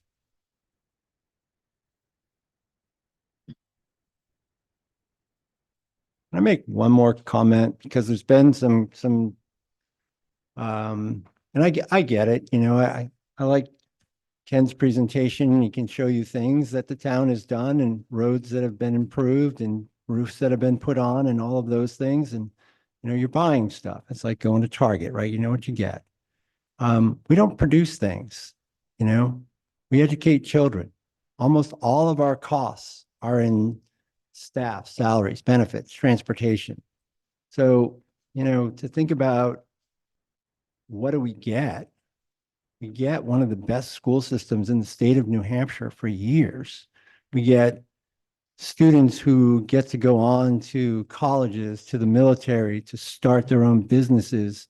Many of my students, are now people that I call when I need, thank you, Justin Dearborn, every time I need trees taken down. We have an excellent product for years. It's the reason I moved to this town. It's the reason I wanted to work in this town. It's the reason I went on the school board. So I get the comparison in some ways, but I'm not so sure it's a fair comparison about what those two entities do. The town provides services, but you can also see products.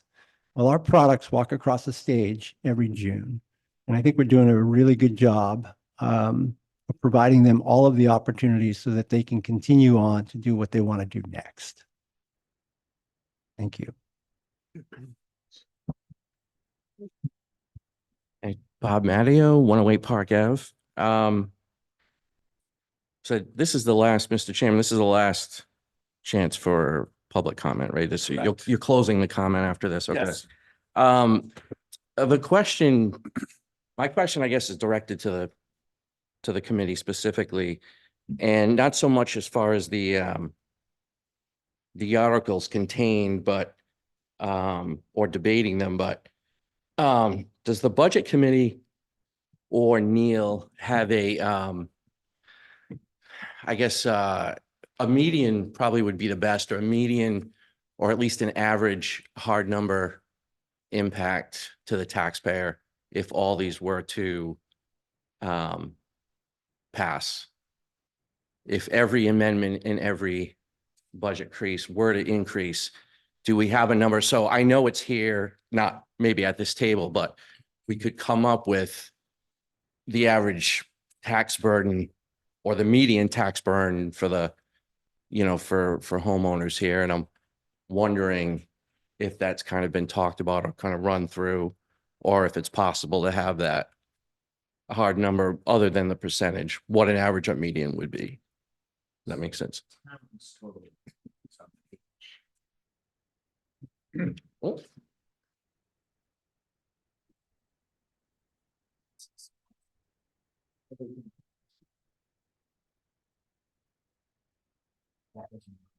Right, and I guess what I was getting at.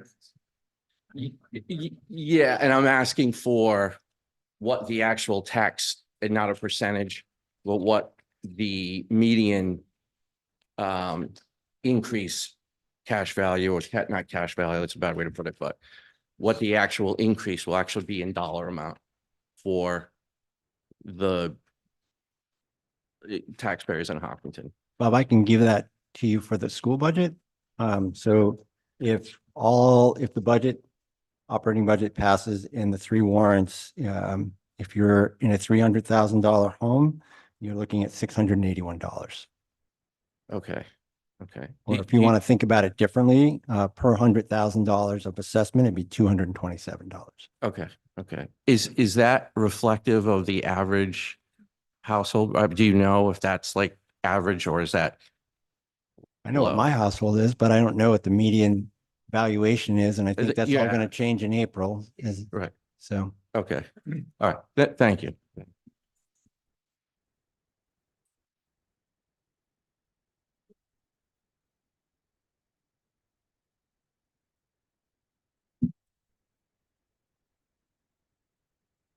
So I know we have a lot of folks here. I want to make sure if somebody has a comment or a question that they feel free to have the space to say before we close the public portion of this meeting. Dave Lambert, 305 Galloping Hill. So just to piggyback on his last question, what is if you take the town, the school, all the warrants, what is the per $1,000? Right now we're at what? 3502 for the whole town. How much more is that gonna be next year? Are we gonna be like 37, 38? Where, like, what's that number? I keep hearing percentages and average $300,000 house. What? How many dollars per thousand is this increase gonna be? I was told 98 cents. What is everything? My total is, all in. All up. Can you guys collectively just give us Well, one I number? can give you mine and then Neil can give you his, 227. Okay, plus. Can you add it? Can you- 323. 320. $3.23 $3.23 for the school and the town. And that includes the warrants? Yes. Okay, so that will bring us up to $38 and something for next year. You gotta add the county into that of 246. Oh, even better. It's even better. But that was already. In yours? Okay, I didn't hear the numbers add up. Well, it's basically 246, so it's. When you look at most of the towns in the state. Gotta add that on. 22, 18. It's. You want to go or you want me to go? Sure. And then also, okay, keep going. All right, so next year, this year, 2024 is a reval year. So all the property is going to be reviewed and adjusted, which means looking at how the price of sales in the last year or so, things are selling 60 to 70% above their assessed value. So most likely there will be a 50% increase at least to the assessed value, which means, and I'm only saying this doesn't really change. Yeah, I understand. But it drops the actual tax rate. So you have to be careful because I know. if Bo, for example. But you're telling me all those towns have, like in the last year have already done that 60% reevaluation? Nope, I'm just telling you, ours is going to drop substantially next year, but it doesn't necessarily, but the amount being paid is not going to drop. But if you're doing comparisons, I understand you're that part. comparing apples and oranges. But I'm just saying, and if you look at all the towns in the state, guarantee they haven't had a 60% or 50% reevaluation and their numbers are still dramatically lower. All towns are done every 5 years. So at least 2/5 have been done in the last 2 years. So since the market's really been going up, but you need to get the equalized rate in order to compare them. Otherwise you're comparing apples and I oranges. understand that part, but we are significantly higher. Yeah. Yes, which we will are. drop. Okay. But you just got to do a fair comparison. That's all.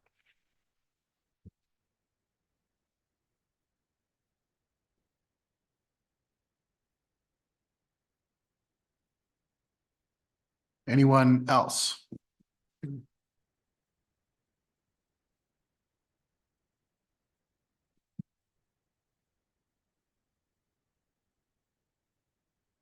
Okay. So we're gonna close the comment portion and sort of move into our deliberations. I don't know if anybody wants to take a quick break, go right into it, or we can go right into it.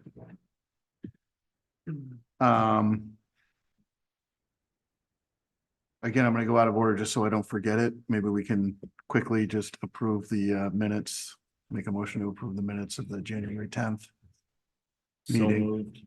Second. And we have to do a voice vote right now because we've got Debbie and Rich. Roll call, sorry. Is there any discussion of the minutes, any edits? Okay, so let's call the vote on that. Let's start with Mark. Aye. Aye. Yes. Yes. Yes. Yes. Yes. Yes. Debbie? She's muted. Rich, you're not muted. Yes. And Debbie, yes. All right, thank you. I just want you to let you know my phone is just about ready to die. I might not be able to keep voting. Right.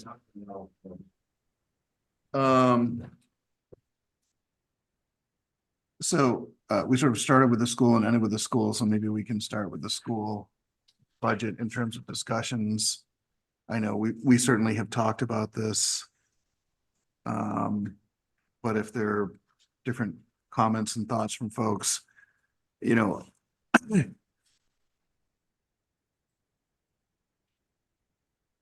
I guess my thoughts on this is that, we sort of find ourselves every year struggling with a lack of state dollars supporting education. And it always puts us in a very difficult position when it comes to funding our very fine school system. When I look at the drivers of the increase, special ed transportation and salary and benefits, I just don't see a lot of fat on that bone to cut off.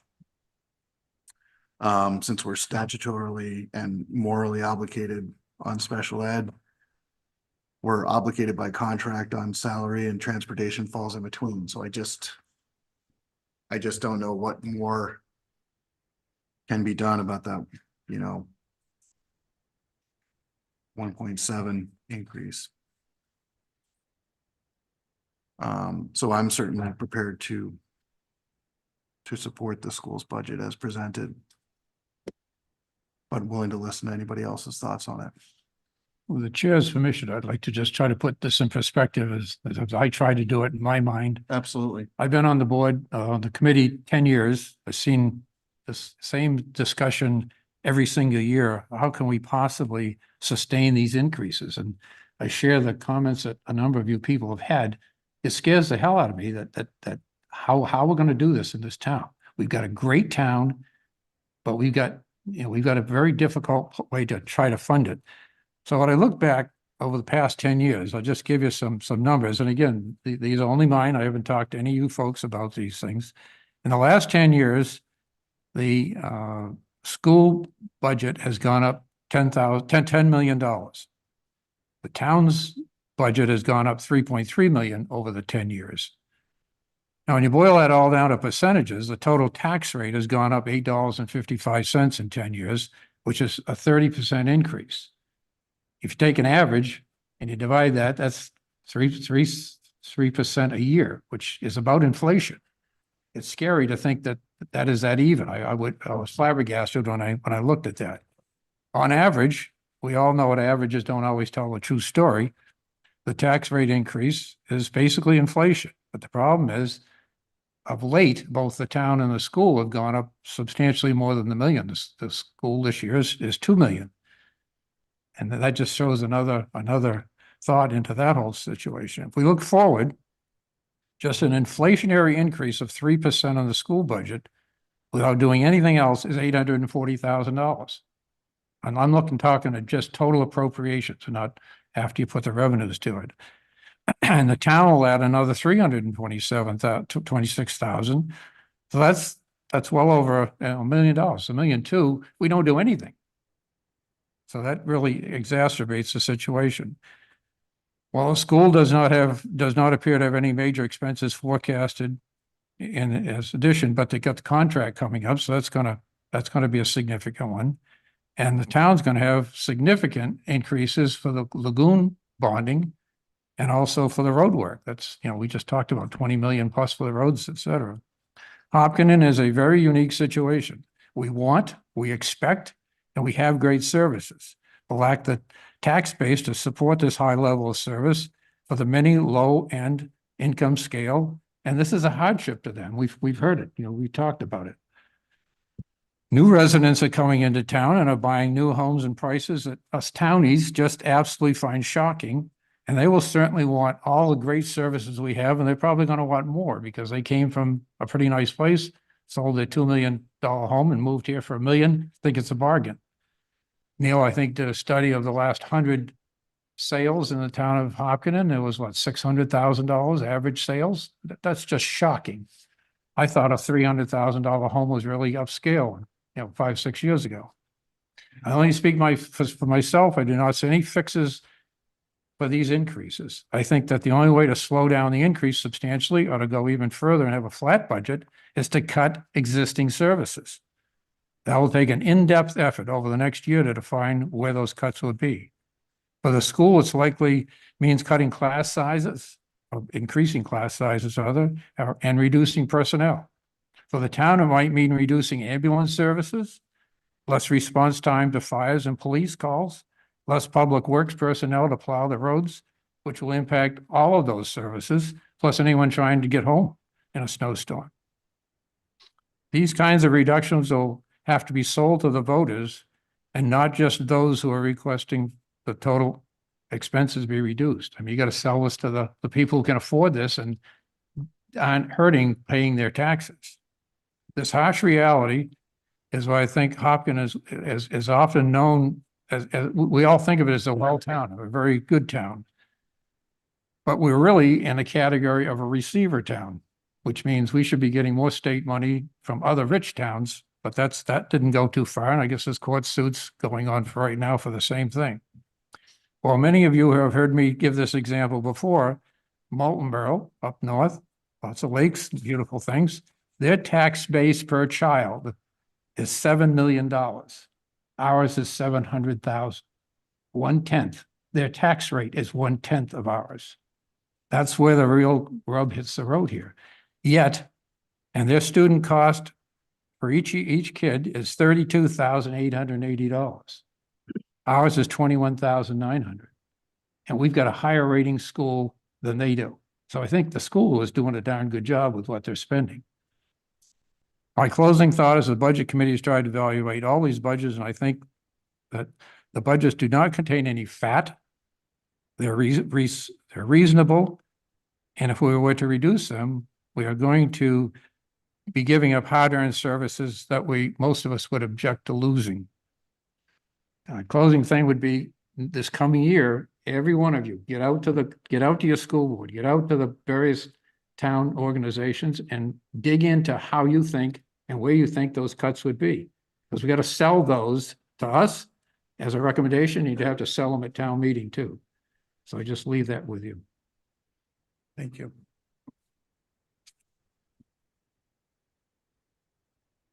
Anybody want the unenviable task of following Don? Yeah, for some of you, this is going to sound like a broken record, but the reality is we are living with decisions that were made well before our time. It's unusual to have single district schools in New Hampshire because of the economics of it. We are one of the very few towns that have a single district school system and not a regional school system. Because of that, we support 2 elementary school buildings. We support a full service high school, and we support an SAU, modest, but a separate SAU building. So there's really no way to cut those costs just because of the way that our town has evolved. And having gone, not as much this year, but having gone through the school budget in the last couple of years, the idea out there that some people have in the public that there's a slush fund or money that's not being well spent or a lot of fat on the bone, I think especially with our discussion last year with the teachers and the class sizes, that is just not the case.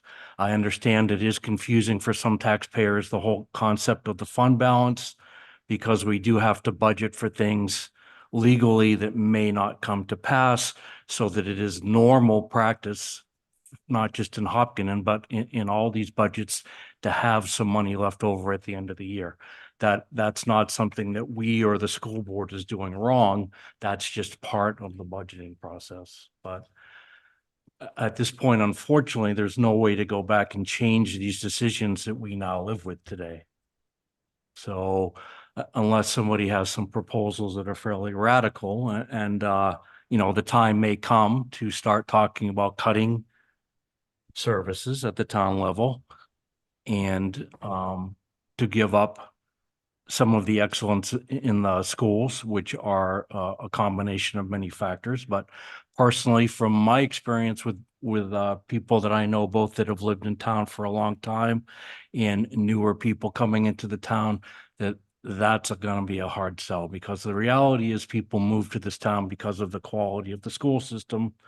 And not only are they wanting to protect their investment in their real estate, but they want their children to have the best education that we can reasonably provide. And no, it is a hard situation. There are no easy answers, but I want to assure people that tune into this process once a year that there's not some big slush fund at the high school that we can cut $1 million to reduce the tax budget. That it's just not how it works. And, here we sit, and hopefully next year will be a little bit better, but we knew this was going to be a tough budget year, as last year was. And that's unfortunately that, none of us want to hear it. We all pay taxes in this town, but that's where we're at. Thank you, Steve. I'll follow that quickly. So I would say I have a couple points to make, but one is I have young children, so I also look forward to sending them to extremely high quality schools. And certainly I would like those. So I would like the quality of our school to continue. I joined the budget committee 3 years ago.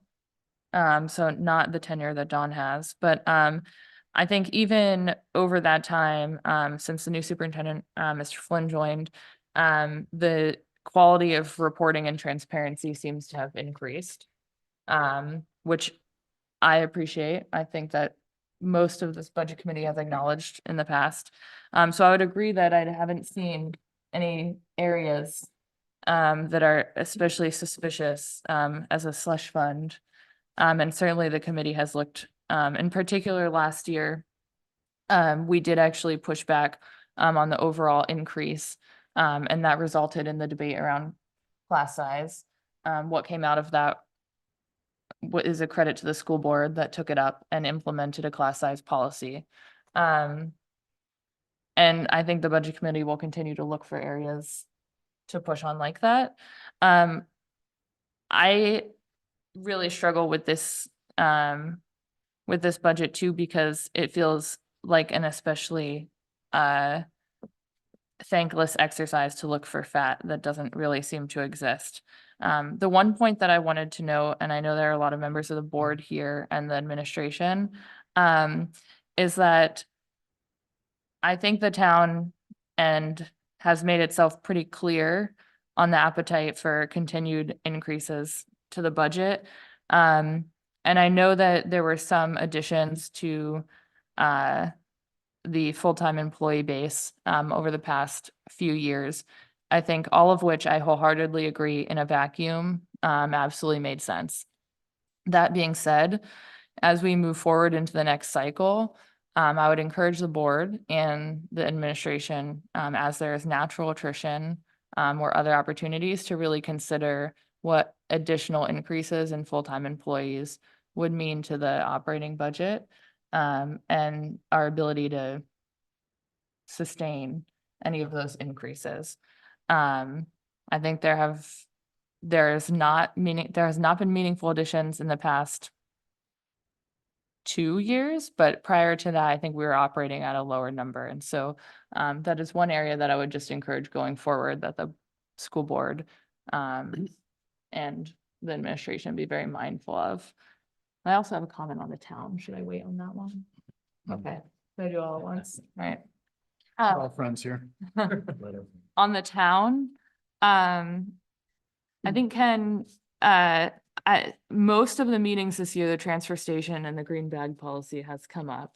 I certainly also never see green bags in the chute when I bring my trash. And that being said, my husband does it more than I do, but I understand that there's a goal for the full-time employee to increase compliance, which I wholeheartedly support, but I would love for the select board to possibly next year bring a plan for compliance or evaluate a plan. Like it feels a little bit well and good to say we hope for additional compliance, but I struggle to think about how we can assure the taxpayers that something meaningful will change. That's a fair comment, and the select board has struggled, as you said, with the transfer station. I think we spend half of our time on it, and it's maybe 5% of the budget. Right. And the big issue is Webster, who owns part of the station, does not have green bags. And how do you enforce green bags for I mean, for one without the other, Like, without having people there that are, all there all the time enforcing? but what does enforcement even look like? I've never seen anyone asked, are you Hopkinton or Webster? Or why don't you have a green bag? Or, I mean, I would love if anyone in the audience has ever seen anyone checked. Yeah, I mean, prior to the pandemic, there was a lot more compliance by people. And then during the pandemic, we said, no, you don't need green bags, because we didn't want people going into stores and risking their health for doing it. And since then, people have gotten out of the habit. How we can get them back into the habit is, something we have to look at. I totally agree. That's the end of my comments. Thank you. Just to piggyback on that one point, I mean, this is a budget committee meeting, and I do think that, there's a cost to not using the green bags. There's a cost to throwing out more and recycling and composting less. Like, it costs everybody money. So I think it's appropriate to mention here and to mention to our friends and neighbors that this is something that we have control over that drives our costs up as taxpayers.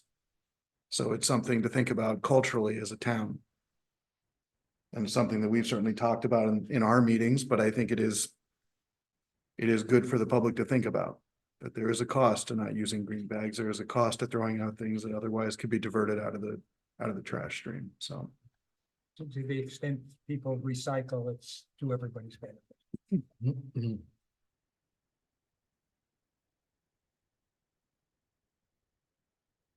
Other comments?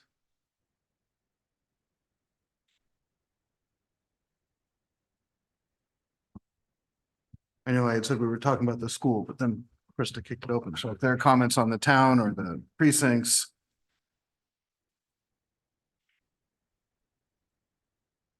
I know we've also taught, I would also say for the public's benefit that this is certainly not our first time looking at any of these budgets or discussing any of these budgets. We've been doing this over the course of this past year, so.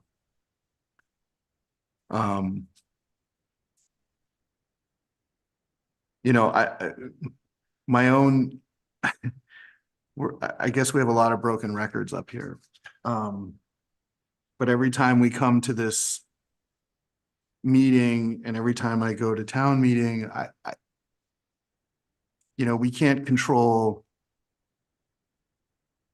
state policy here in our town meeting. But every time I think about,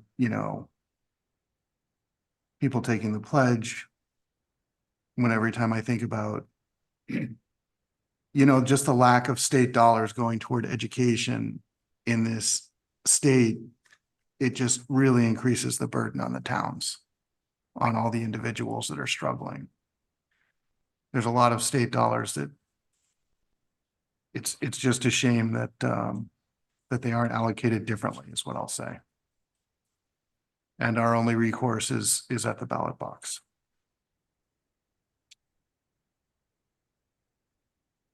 Other thoughts, comments? I think we could probably move to voting.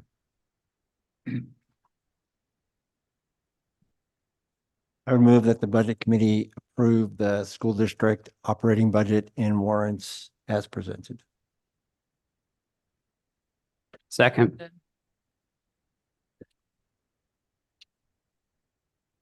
So any further discussion? we have to do the warrants separately, each one, and Is that what we do? Each. Last you do because I need to vote, because there was a town meeting vote requiring them. I don't know. You need to vote. Yeah. So we need to do each one. Okay. So then maybe we should entertain a new, So I would move that the Budget Committee adopt Article 2 as presented. Seconded. okay. Any further discussion? All right. So we could start, we'll start with you, Mark. Aye. Aye. Yes. Yes. Yes. yes. Aye. Debbie, Yes. Rich, your phone still with us?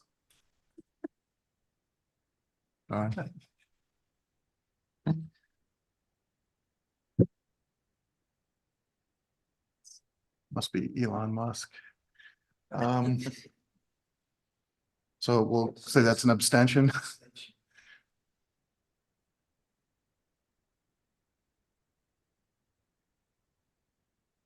So I think that passes.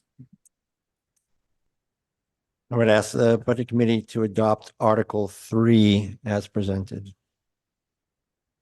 Second. Any discussion? Hearing none. Aye. Aye. Aye. Aye. Aye. Yes. Aye. Aye. And Rich is gone. Debbie? Debbie, yes. Moving down, I would ask the Budget Committee to adopt Article 5 as presented. Second. Any discussion? Aye. Aye, sorry. Aye. Aye. Yes. Yes. Yes. Aye. Debbie? Debbie, yes. And finally, I would ask the Budget Committee to adopt Article 6 as presented. Seconded. Any discussion? Aye. Aye. Yes. Yes. Yes. Aye. Yes. Yes. Aye. And That's you. Debbie, yes. Thank you. What Yes. She said yes. She said Debbie, yes. Do we have anything else we need from the school? We're good on the school. We good on the school?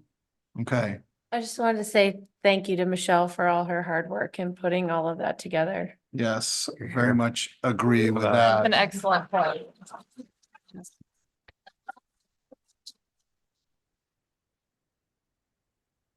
Sure, on the warrant articles, do we just have to go yes or no again? I think you're talking about for the town? No, for the. We just did the warrant articles. Oh, okay.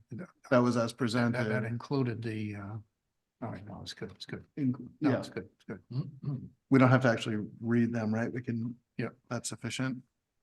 So should we go to? Should we go to the town? Sure. I'll move that the Budget Committee approve Article 4 of the operating budget as presented. Second. Any discussion?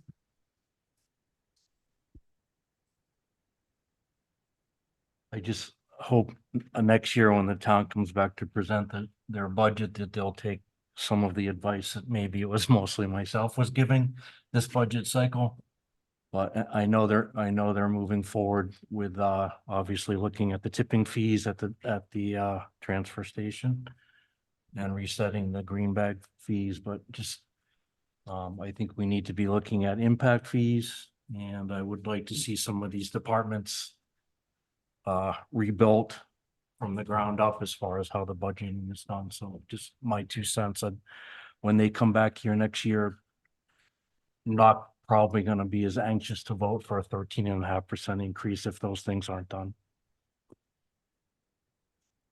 Yeah, I'll just add, Steve. I'm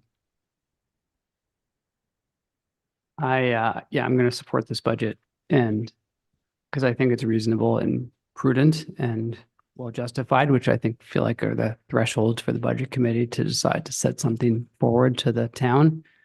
And also have some concerns. And so I particularly hope as well that there's some conversation next year about some of those revenue opportunities that Steve mentioned. And I do want to hear more about compliance, whether there actually is added compliance and as a result added revenue at the transfer station as a result of the vote, the endorsement we're giving today for a modest but meaningful increase in the staffing at the transfer station. I'd just like to add that I mentioned this one other meeting that each of the departments, police, fire, highway, put down in writing on their mission statement, what is their department committed to do? So that when we get to the point of taking money out, so that we can relate to that mission statement as to how it will affect it.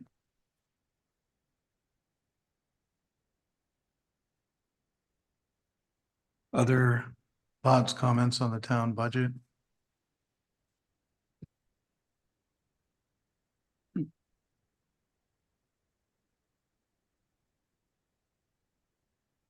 Hearing none, are we prepared to vote? Aye. Yes. Yes. Yes. Aye. Yes. Yes. Debbie, yes. Did the yeses have it or did the ayes have it? Only have eyes for you, Mark. I'll move that the Budget Committee approve Article 5 appropriation to capital reserve funds. Seconded. Further discussion? Hearing none? Aye. Aye. Yes.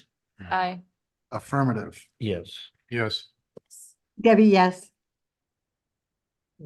I'll move the Budget Committee approve Article 6 appropriation to expendable trust funds. Second. Discussion? Back to Mark. Aye. Rob? Aye. Yes. Yes. Yes. Yes. Yes. Yes. Debbie, yes. I'll move that the Budget Committee approve Article 7 authorization to expend from pay by bag special revenue fund. Second. Discussion? Back to Mark. Aye. Aye. Yes. Yes. Yes. Yes. Yes. Yes. Debbie, yes. And finally, I'll move the Budget Committee approve Article 8 authorization to expend from Senior Center Rental Special Revenue Fund. Second. Discussion? Suzanne Cal. Aye. Aye. Yes. Yes. Aye. Yes. Yes. Yes. Debbie, yes.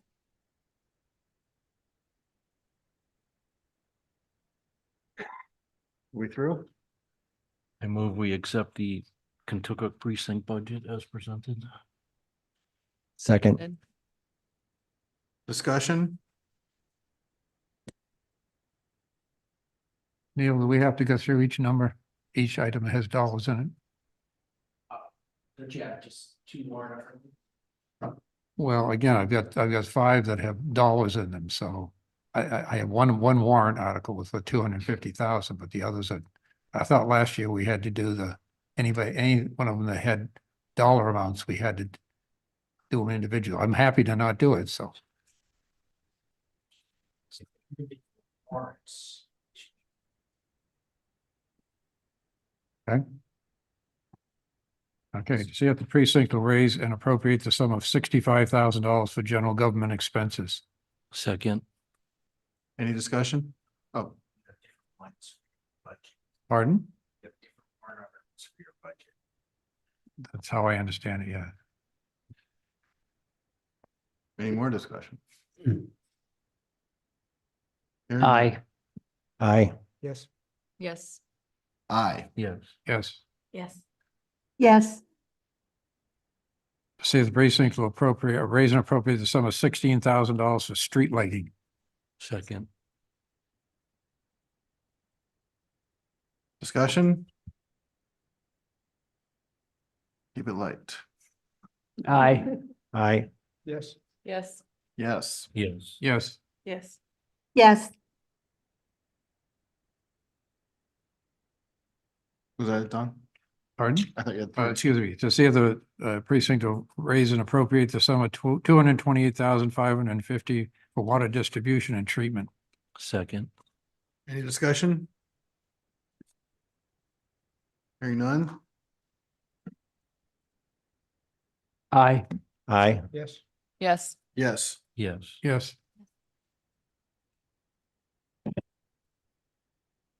yes, Okay. See if the precinct will vote and raise the sum of $250,000 to the capital reserve system. Second. Discussion? Hearing none? Aye. Aye. Yes. Yes. Aye. Yes. Yes. Yes. yes, Last and final. See if the precinct raise and appropriate the sum of $17,676.63, which was previously established for a repair truck, but to put that in the capital reserve fund for future use. Second. Discussion? Aye. Aye. Yes. Yes. Aye. Yes. Yes, yes, thank you All very through? much. All Finny. right. I move we adopt the Hopkinton Village Precinct budget as presented. I'm gonna read you my article. Okay.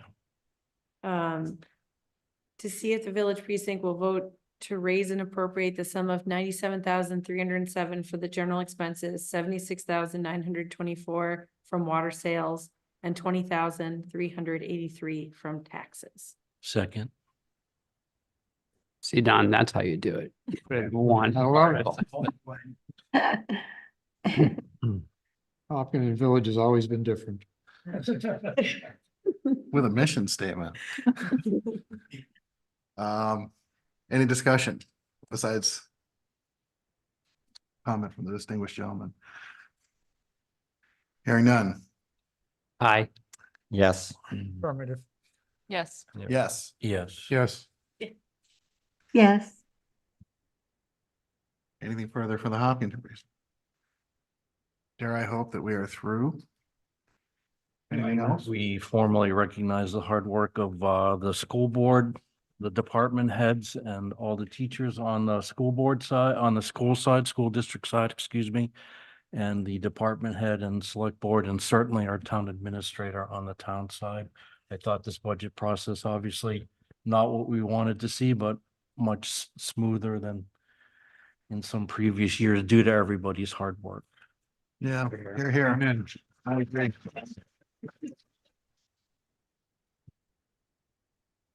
I Yes. do.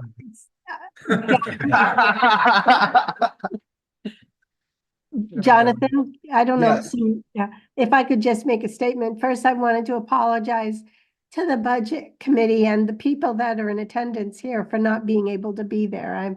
I've got quite a bit of COVID symptoms, but on Paxlovid, hoping that kicks in. So I do apologize, but it has been a good budget season. And by that, I mean that I do believe that the budgets were presented, both town and school, as transparently as it could be.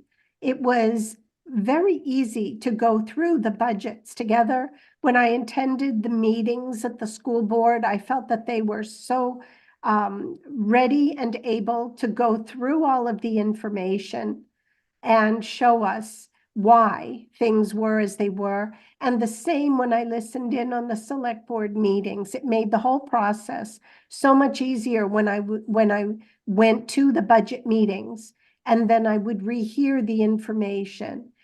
Thank you. I know this has been said tonight, but I would like to personally thank both the town and the schools for all the hard work, because it really did make a difference. As somebody said, this isn't the outcome we want is an increase in budget.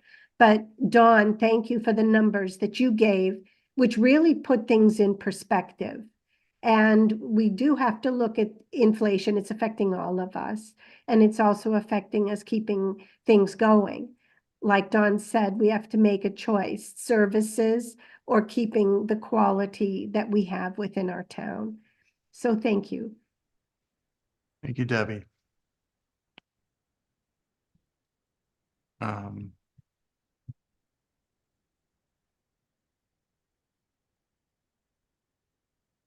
yeah, and I guess my addition would be also, I really appreciate the focus that both the town and the school have shown to their CIPs. When I first joined the budget committee, it certainly felt, this was after when the bond was going on in terms of the improvement of the facilities. And I certainly think that there's a real commitment to trying to address problems before they arise. And I fully support all the work done both for the town and the school in terms of trying to prioritize and predict large expenditures so that those can be budgeted ahead of time as opposed to waiting until it's sort of the 11th hour. I realize with the roads, as you've said, Steve, this is something we've been talking about for a very long time, and it's going to have to be dealt with. But in terms of other issues, I really do appreciate that focus, and I think that predictability is going to help everyone.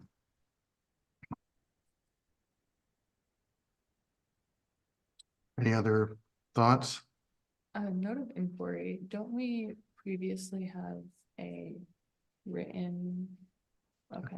I think Neil's Neil gonna probably address has a stack of papers for us to sign. Although I that. understand, I mean, Oh. there's Rich put together for going to the